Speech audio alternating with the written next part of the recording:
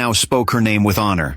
They admired her strength, her courage, and the way she never gave up. At home, her little boy had grown into a lively 3-year-old. He filled the house with laughter as he ran from room to room calling out, "Uncle!" whenever Daniel walked through the door. Daniel would often sit and watch. Esther was no longer the weary woman he had first met. She was strong, brave, and happy. And every time Daniel looked at her, he feels something inside him growing. He realized then that she had changed his life as much as he had changed hers, and her love had quietly changed his life forever.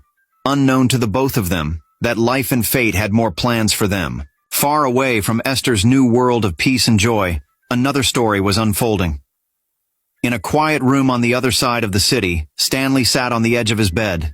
His eyes were empty, staring into nothing, as if he could not see the walls around him. The man who once stood tall and proud now looked small, like a shadow of who he used to be. 3 years had passed since the day he turned his back on Esther without a second thought, leaving her to carry her pain alone. He had laughed with his friends, boasting that he had escaped from responsibility. Worse still, he spread lies to her family and friends, making them believe Esther had been with many men, and that the baby was not his. Afterwards, Stanley married a woman from a wealthy home. She was extremely beautiful and gorgeous. Her family was not only rich but deeply influential as well. They got Stanley a very good job which paid him very well. They also awarded him often with many government contracts. He became very wealthy and believed he had found the perfect life, full of riches, respect, and comfort. But what he did not know was that choices have a way of returning to the one who makes them. And slowly, his life began to show him the price of his actions. 1 year after Stanley's wedding, a stormy night changed everything. He was on his way back home from a business meeting when it suddenly started raining heavily. He could barely see the road in front of him. He should have parked his car by the roadside until the rain stopped falling. But fate has its way of clouding our decisions for destiny to be fulfilled. As he drove through the slippery road, he suddenly saw what looked like an animal in the middle of the road. Without thinking, he quickly stepped on the brakes, and his car suddenly spun out of control. In a heartbeat, his car somersaulted multiple times until it stopped inside the forest. When help finally came, he was pulled out of the wreckage barely alive and rushed to the nearest hospital in an ambulance. After many long hours of surgery and endless waiting, the doctors were barely able to save his life. He spent days in a coma, covered in bandages and surrounded by medical machines. 2 weeks later, he regained his consciousness. His family and his wife were so happy for his recovery. But after further tests were carried out, the doctors came with news that pierced deeper than any wound. The crash had left him alive, but it had also damaged something unfixable in his body. The doctors told him that he would never be able to have children again. That night, as he lay on the hospital bed, tears rolled down his bruised face. For the first time, all the riches, the status, the respect he had once chased felt meaningless. He had gained the world, but in one cruel night, he lost the one gift he never imagined would be taken away.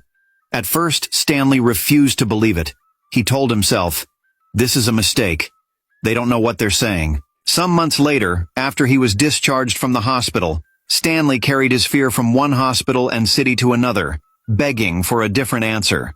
He poured all the money he had saved into examinations, tests, and treatments. But every doctor he met told him the same thing. "Mr. Stanley, I'm sorry. The damage is permanent." Yet he refused to give up. He started visiting prayer houses. He bargained with God, begging, just one miracle, just one chance. But no matter how much he prayed or how much he paid, the answer remained the same. Stanley could never father a child. At first, his wife tried to stay by his side. "It's okay, Stanley," she would always say. "We'll get through this. You're alive. That's what matters." But as the months slowly passed, things began to change. The love in her eyes began to fade. It didn't take long before people started whispering behind their backs, calling his wife a barren woman. Her parents started pressuring her to give them grandchildren as well. And when they finally learnt about Stanley's condition, they began pressuring her to walk away. "You are not getting any younger," they would often tell her. By the time a year had gone by, her patience had turned into anger, and her anger into bitterness. They began to argue all the time. Then one evening, Stanley walked into the bedroom to find her pulling clothes from the wardrobe and arranging them into her suitcases. "What are you doing?" he asked with a trembling voice. She didn't even look at him at first. She kept folding her dresses. Finally, she turned and told him harshly, "There's nothing left here for me. I want children. I want a family, and you can't give me that." Tears filled Stanley's eyes as he went on his knees, trying to beg her to stay, just as Esther had begged him some years ago when she was pregnant with his child. But she pushed him aside, and just like that, she walked out the door. 2 weeks later, her lawyer served him divorce papers. Stanley tried to beg her, but she blocked his numbers and refused to reply his texts until he was forced to sign them. After the divorce, his friends tried to support him at first. They encouraged him and tried to tell him that everything would be fine. But they also changed towards him when his ex-wife's family stopped giving him contracts and took back the job they gave him. He became broke, jobless, and penniless. For the first time in his proud life, he felt the cold taste of emptiness.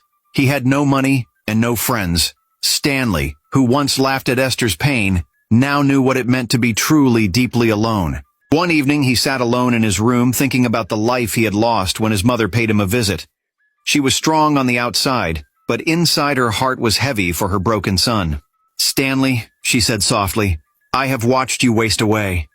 You once had so much, yet now you sit here like a man who has nothing left." Stanley broke down in tears. "What do you want me to do, Mama? No woman wants me anymore. My life is over." His mother took a deep breath and said, "Not over. You are still a man, and you may still have a child." Stanley looked at her in surprise. "A child?" he asked. His mother placed a hand on his shoulder and told him, "Esther's child. The one you turned away. The one you denied. You cannot change what you did yesterday, but you can choose what you do today. Go. Find Esther, and pray she kept the child." Stanley remembered the moment he chased her out of his house and abandoned her. He saw her in his mind and remembered the child she carried, and he hoped deep in his heart that she kept the child. A new worry woke up inside him, and he could not stop thinking about her. He felt a pull so strong that it turned into an idea he could not ignore. He knew he must find her and know the truth. At first light the next day, Stanley went to Esther's parents' house. Her mother and father looked shocked and hurt to see him after all those years. "I need to know where Esther is," Stanley said, his voice desperate. "It's important." Her parents looked at each other, their faces a mixture of anger and pain. "She left this house the night we gave her a choice to abort the child or leave," her father said coldly. "We have not seen her since." "Why are you searching for her? Didn't you say the child wasn't yours? Didn't you say she was seeing many men?" Stanley went down on his knees with tears falling from his eyes.